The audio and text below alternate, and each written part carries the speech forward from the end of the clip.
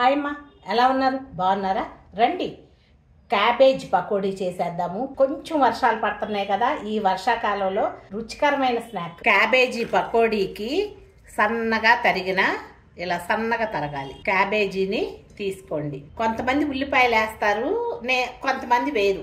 నాకు ఉల్లిపాయలు వేస్తే ఇష్టం. అలాగే ఒక్క ఉల్లిపాయ చీలికలుగా కోసి తీసుకుందాం. సన్నగా తరిగిన కరివేపాకు, పచ్చిమిరపకాయలు, కొత్తిమీర, చిన్ని చిన్ని ముక్కలుగా చేసుకున్న అల్లం, చిల్లీ ఫ్లేక్స్ కొన్ని, కొంచెం అరుగుదల కోసం వాము, ఇలా అని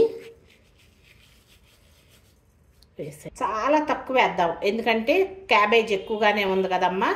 కొంచెం సరిపడినంత శనగపిండి వేసుకోండి. 2 స్పూన్లు బియ్యం పిండి కూడా వేసుకోండి. తగినంత ఉప్పు వేసుకుందాము. మళ్ళీ కావాలంటే చూసి వేసుకోవచ్చు. కొంచెం వేడి నూనె పోయండి.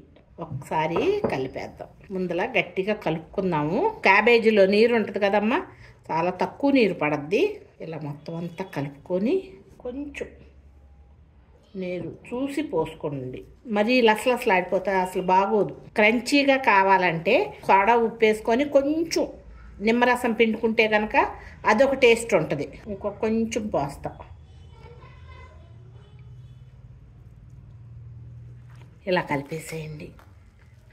ఇంకా పలసనొద్దే. బాండీలో నూనె పోసి పొయ్యి మీద పెట్టుకుందాం. ఇలా రౌండ్ లాగా తీసుకొని ఇలా అనండి, ఒక్కసారి వేసేయండి.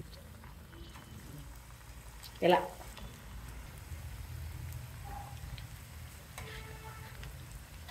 కొంచెం వేగినవి తిప్పుకోండి.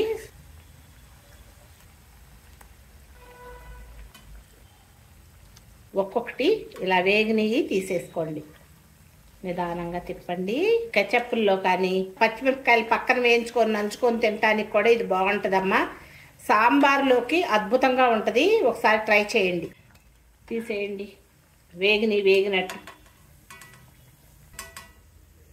పొయ్యి సిమ్ మీద పెట్టుకోండి. తర్వాత మన పాతకాలం స్టైల్లో పకోడీ వేస్తున్నా. వేగిపోయింది కదా, లైట్ బ్రౌన్ కలర్లో వచ్చింది. చివర్లో కొన్ని క్రంచీగా ఉంటాయి, బాగుంటాయి తినటానికి, కరకరలాడతాయి. వేగిని ఒక పక్క నుంచి తీసుకున్నాము. పచ్చిమిరపకాయలు వేసేసుకోండి లాస్ట్లో. వేయించిన పచ్చిమిరపకాయలు, పచ్చి ఉల్లిపాయలతో కొని తింటే ఉంటుంది, సూపర్గా ఉంటుంది. ఒకసారి ట్రై చేయండి. ఎలా ఉందమ్మా ఈ క్యాబేజీ పకోడీ?